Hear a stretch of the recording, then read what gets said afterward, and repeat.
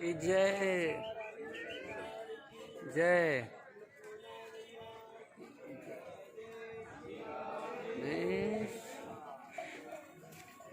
ॐ गजाननं भूतगणादिसेवितं कपित्थजम्बोफलचारुभक्षणम् उमासुतं शोकविनाशकारकं नमामि विघ्नेश्वरपादपङ्कजम्। सभी को जय श्री कृष्ण। जैसा कि आप सभी जानते हैं, कल गणेश चतुर्थी है। भाद्रपद शुक्ल पक्ष की चतुर्थी को गणेश चतुर्थी के रूप में पूरे भारतवर्ष में मनाया जाता है, विश्व में मनाया जाता है। तो गणपति इस शब्द पर कुछ प्रकाश डालने का प्रयास। गणपति सिर्फ एक, हमारे भारतीय शास्त्र में गणपति तत्व के रूप में व्याख्यायित किया गया है। सर्व जगन नियंता पूर्ण परम तत्व ही गणपति तत्व है, क्योंकि गणानाम पति ही गणपति ही। गण शब्द समूह का भी वाचक होता है। गण शब्दः समूहस्य वाचकः परिकीर्तितः, ऐसा हमारे शास्त्र कहते हैं। समूहों का जो पालन करने वाला होता है उसे भी हम गणपति कहते हैं, जैसे कि अध्यक्ष इत्यादि या फिर सेनापति इत्यादि। तो ये उस सेना का जो संरक्षक अथवा पालक होता है उसे सेनापति कहते हैं। वैसे अथवा महत्तत्व गणानाम पति गणपति, यह भी एक गण शब्द गणपति शब्द का निर्वचन है। निर्गुण सगुण ब्रह्म गणानाम पति गणपति।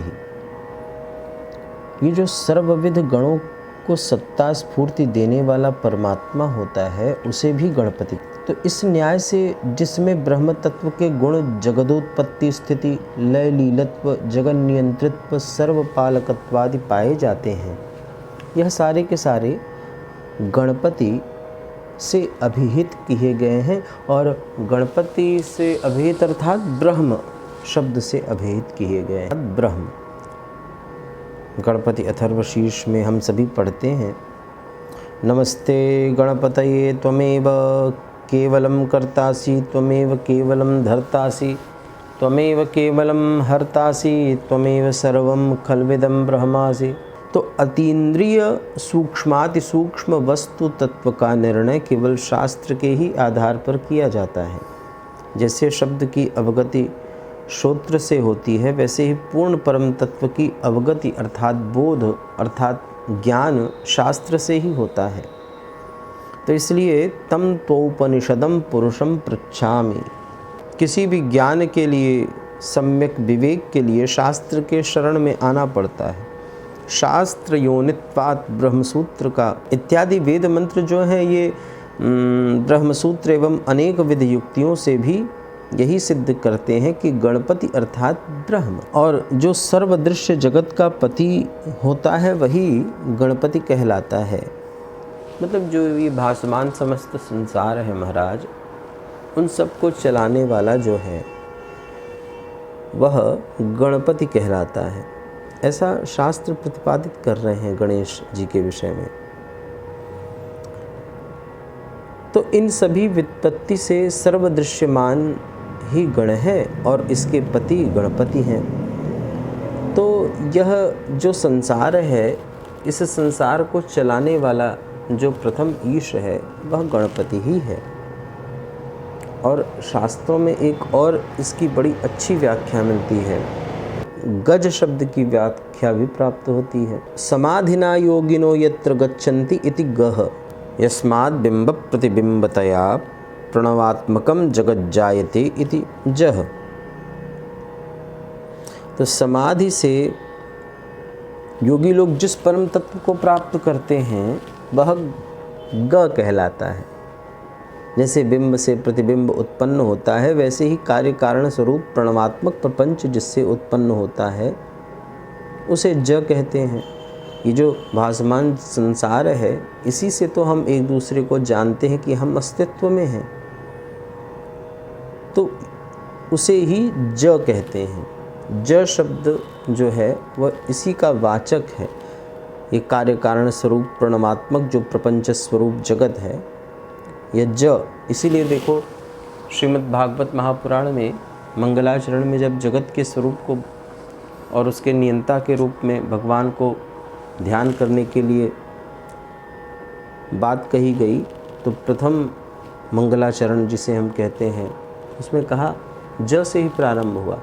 जन्माद्यस्य यतोऽन्वयादितरतश्चार्थेष्वभिज्ञस्वराट्, है ना।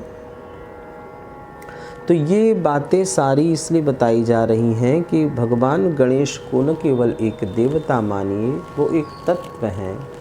इस समस्त संसार के गर्भ में भगवान गणेश ही विराजमान हैं।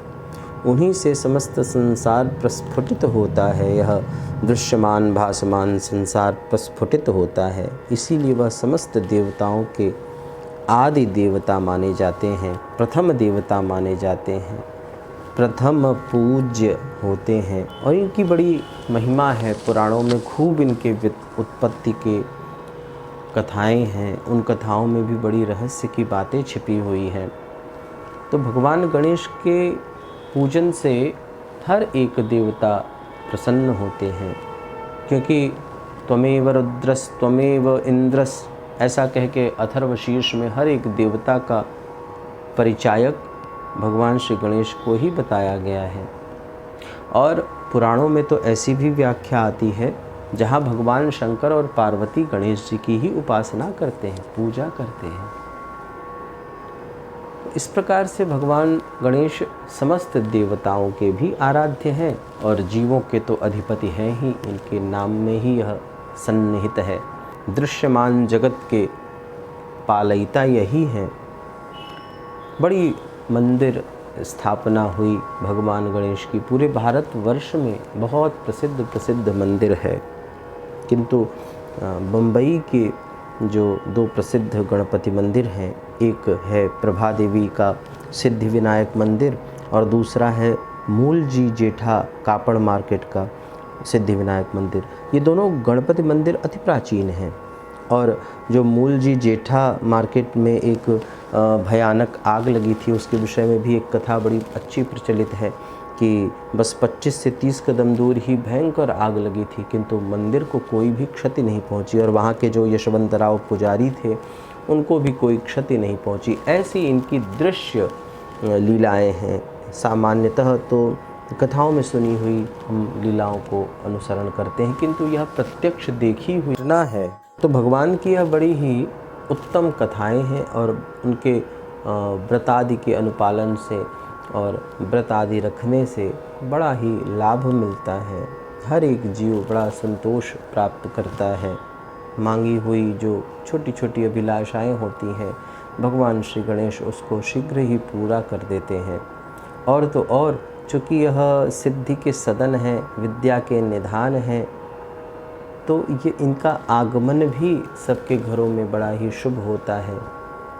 हजारों हजार लोगों के ये अनुभव हैं कि इसी गणेश चतुर्थी में जो आवाहन किया जाता है भगवान श्री गणेश का, अपने घर में विराजते हैं, हमारे घर में आके विराजते हैं। लोगों का यह जो भाव है कि सिद्धि विनायक आते हैं और हमारे घर में विराजते हैं, कईयों ने उसका दर्शन किया है। और सिर्फ दर्शन ही नहीं, उनके साथ प्रत्यक्ष बातचीत की है, अनेक लीलाएं हैं।